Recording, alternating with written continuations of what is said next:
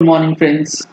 GST platform के YouTube channel में आप सभी का स्वागत है। जी हाँ फ्रेंड्स, फाइनेंशियल ईयर 21-22 के लिए जो टर्नओवर डिटेल्स है वो अब आपके डैशबोर्ड पे अपडेट जो है उसको किया जा रहा है। आपको ये समझना है कि फाइनेंशियल ईयर 21-22 के अंदर जो अभी यहाँ टर्नओवर दिखाया जाता है इसके बेसिस पे आपकी बहुत सारी फंक्शनैलिटी जीएसटी पोर्टल पे डिपेंड करेंगी, जैसे लेट फीस का कैलकुलेशन, इंटरेस्ट का कैलकुलेशन, आप कॉम्पोजिशन में जा सकते हैं या नहीं इसका कैलकुलेशन, यानी कि जो चीजें टर्नओवर से लिंक्ड हैं, जैसे कि ई इनवॉइस आपको बनाना है या नहीं, ये सारी चीजें इस टर्नओवर के बेसिस पे डिसाइड करी जाएगी। तो यहाँ पर आपको दिखेगा दो फिगर, एक दिखेगा एस्टिमेटेड टर्नओवर और एक दिखेगा बेस्ड ऑन रिटर्न्स फाइल्ड। तो जो रिटर्न्स आप मार्च की महीने की फाइल करेंगे उसको ध्यान से फाइल कीजिएगा, क्योंकि वो डेटा अल्टीमेटली यहाँ पर अपडेट किया जाएगा। इसके लिए आप अगर गाइडलाइंस पढ़ेंगे, जो कंप्यूटेशन मेथोडोलॉजी है उसको, तो चीजें और अच्छी तरीके से क्लियर हो जाएंगी। यहाँ पर केसेस दिए गए हैं कि कौन से केस में कौन सा टर्नओवर कंप्यूट करके वहां डैशबोर्ड के ऊपर अपडेट किया जाएगा, जिसके बारे में हम लोगों ने ऑलरेडी पिछले साल अपनी टैक्स मैगजीन में इसके बारे में डिटेल्स में बताया था। अगर आप लोगों ने अभी तक टैक्स मैगजीन का सब्सक्रिप्शन नहीं लिया है तो इन नंबर्स पे कॉल करके व्हाट्सएप करके आप टैक्स मैगजीन की सब्सक्रिप्शन डिटेल्स जो है वो ले सकते हैं। अब यहाँ पर तो ये टर्नओवर कंप्यूटेशन है वो किस तरीके से होगा, वो होगा आपके जीएसटीआर 3B के अंदर जो आप टर्नओवर की डिटेल्स भरते हैं, जैसे टैक्सेबल सप्लाईज, अगर आप एक्सपोर्ट करते हैं तो एक्सपोर्ट की सप्लाईज, एग्जेम्प्ट सप्लाईज और नॉन जीएसटी सप्लाईज, यानी कि इन चार कॉलम के अंदर जो फिगर्स आपने डाले होंगे वो चारों का समेशन आपको इस वाले फिगर में दिखाया जाएगा।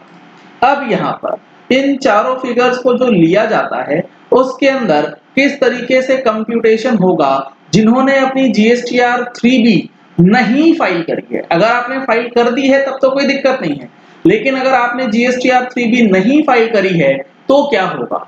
तो यहाँ पर एक फॉर्मूला दिया जाता है कि जो आपने रिटर्न्स नहीं फाइल करी हैं उसके लिए फिगर्स जो है वो एक्स्ट्रापोलेट कर दी जाए।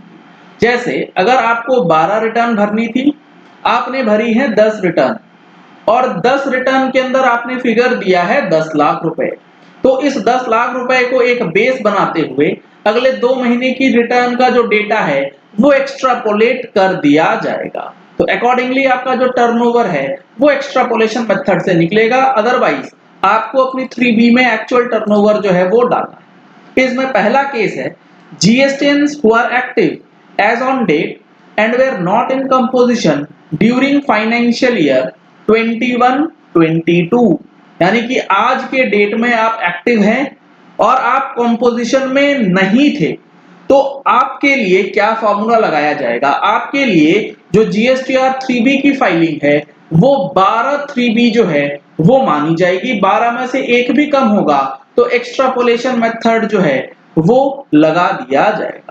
If the tax payer is new, अगर आपने 21-22 में रजिस्ट्रेशन लिया है और वो रजिस्ट्रेशन 31 मार्च 2022 या उससे पहले का है, तो नंबर ऑफ 3B जो मानी जाएगी इस कैलकुलेशन के लिए वो क्या होंगी, वो होगी 12। तो यहां पर आपको ये ध्यान रखना है कि आपका रजिस्ट्रेशन डेट क्या है। अब यहां पर दूसरा सिचुएशन बनता है जिनका नंबर कैंसिल हो गया है आज की डेट में और वो 21-22 में कभी भी कैंसिलेशन से पहले भी कॉम्पोजिशन में नहीं थे, तो आपको ये चेक करना होगा कि रजिस्ट्रेशन जो है वो कैंसिल कब हुआ है। अगर आपका जीएसटी रजिस्टर्ड है 31 मार्च 22 या उससे पहले, उस सिचुएशन में क्या होगा, months between cancellation date and approval और grant date of GST decides the number of 3B to be filed. जब आपको जीएसटी रजिस्ट्रेशन दिया गया और जिस दिन कैंसिल किया गया उस दोनों के जो पीरियड्स हैं उस दोनों के बीच का डिफरेंस या मंथ है उसके हिसाब से 3B का अमाउंट या 3B की नंबर्स जो हैं वो कैलकुलेट करी जाए। अगर कैंसिलेशन मार्च 22 के बाद हुआ है तो month between March 22 and approval of GST is derived. March 22 के बाद अगर किया गया है तो मार्च 22 के बाद के महीने का जीएसटीआर 3B जो है वो कंसिडर किया जाएगा। तीसरा सिचुएशन है जिनका रजिस्ट्रेशन एक्टिव है लेकिन कॉम्पोजिशन में थे, अब विड्रॉ हो चुका है ड्यूरिंग द फाइनेंशियल ईयर 21-22। तो इनके लिए 31 मार्च 2022 ऑन और बिफोर दिस डेट अगर आपका नंबर रजिस्टर्ड था तो यहां पर आपको ध्यान रखना है months between withdrawal date and 31। Let suppose आपका विड्रॉवल हुआ 1 अक्टूबर को, तो अक्टूबर से लेके मार्च की 3B तक आपका कंसिडरेशन किया जाएगा कि इन 6 महीने की 3B में क्या टर्नओवर आपने डिक्लेयर किया है। वही टर्नओवर आपके इस वाले फिगर में अपडेट किया जाएगा जिसके बेसिस पे वैलिडिटी और अलग अलग वैलिडेशंस जो हैं वो लगाई जाए। अगर आपका जीएसटी नंबर कैंसिल्ड है लेकिन आपने कॉम्पोजिशन में जाते हुए during the financial year withdraw कर लिया था तब क्या होगा, तो यहां पर भी आपको यह ध्यान रखना होगा कि जो विड्रॉल डेट है उस डेट से लेके 31 मार्च तक की डेट तक कितनी 3B पेंडिंग है वो देखना होगा और कैंसिलेशन डेट जो है वो ये डिसाइड करेगी कि कितने 3B आपको up to the date of cancellation file करना। काफी इंपॉर्टेंट चीज है ये टर्नओवर के बेसिस पे जो आपको डिसाइड करना है, जो फॉर्मूला लगाना है वो ये चेक कर लेना है कि एस्टिमेटेड टर्नओवर और रिटर्न फाइल्ड टर्नओवर दोनों इक्वल हो जाए जब ये डेटा नेक्स्ट टाइम अपडेट किया जाएगा, क्योंकि ये डेटा अपडेट जो है वो मोस्ट प्रोबेबली जून या जुलाई के अंदर किया जाएगा जिसके बाद वैलिडेशंस जो हैं वो रिफ्रेश तरीके से आपको बता दी जाएंगी। अभी जो वैल्यूज हैं ये 16 मार्च 2022 तक की जो रिटर्न्स हैं उसके बेसिस पे डिसाइड करी गई। Turnover value is updated dynamically as per the filing of returns. जैसे जैसे आप रिटर्न भरेंगे वैसे वैसे डेटा जो है वो अपडेट होगा। Aggregate turnover is updated dynamically based upon the filings done by the GST under same pan.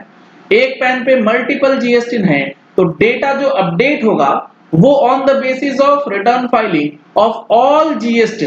एक पैन पे जितने भी जीएसटी नंबर हैं सबके हिसाब से ही यहाँ पर अपडेशन जो है वो करी जाए। और यहाँ पर 31 जनवरी 2022 के बाद यहाँ पर सारी चीजें जो हैं अपडेट करी गई हैं और फर्दर टैक्स ऑफिसर्स के पास भेजी जाए।